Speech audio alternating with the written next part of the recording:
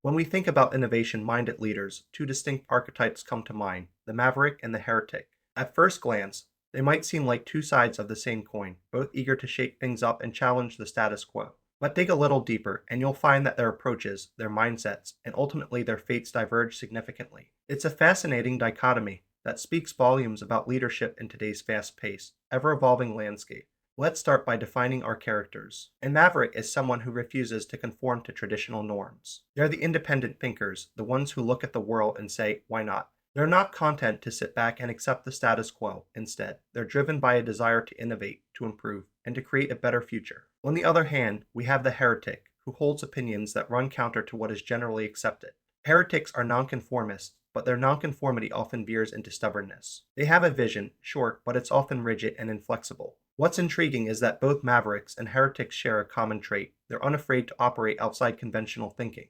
They both possess a visionary leadership style and a willingness to bend the rules to make things happen. However, the critical difference lies in how they engage with others and adapt to their environments. This is where the rubber meets the road. Mavericks tend to be dynamic and open to criticism. They thrive on collaboration and are willing to listen to others, to integrate new ideas into their vision. They see challenges as opportunities for collective problem solving. They frame their approach in a way that says, we're in this together, let's tackle this issue as a team.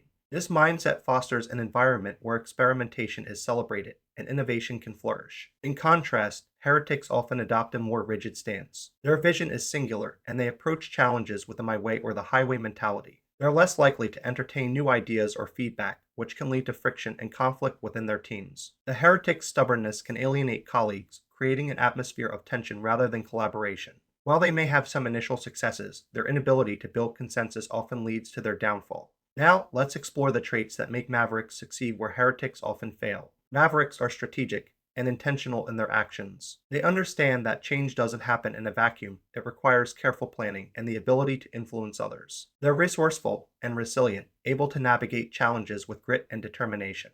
In organizations steeped in tradition, mavericks play a crucial role in pushing the envelope and moving forward. They don't charge in like a bull in a china shop, wreaking havoc without a thought for the consequences. Instead, they embrace a culture that values experimentation and improvement.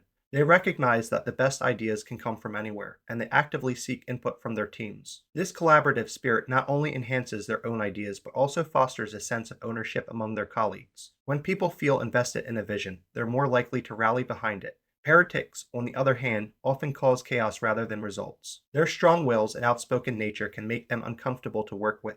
They might say things that make others grit their teeth, showing a lack of awareness of the impact their words have on team dynamics. Over time, this behavior can erode trust and lead to isolation. The heretic might think they're shaking things up for the better, but in reality, they're undermining the very culture that could support their innovations. The irony is that while heretics may initially present the illusion of getting things done, their approach often leads to short-term wins followed by long-term setbacks. They may break the rules and challenge norms, but they do so in a way that alienates others. The corporate immune system kicks in, marginalizing and rejecting them. They become the outcasts, the ones who are censored or excommunicated because their behavior is deemed too dangerous for the organization. So, what's the takeaway here? If you aspire to be an effective strategy execution leader, you must embody the traits of a maverick while avoiding the pitfalls of a heretic. It's essential to approach challenges with the right mindset. Understand that innovation requires not just bold ideas, but also the ability to connect with others, to inspire them, and to build a shared vision for change. Consider this: every great leader has faced resistance at some point. The difference between a maverick and a heretic lies in how they respond to that resistance. Mavericks see it as a challenge to overcome together. They engage in dialogue, seek feedback, and adapt their strategies to align with the needs of the organization.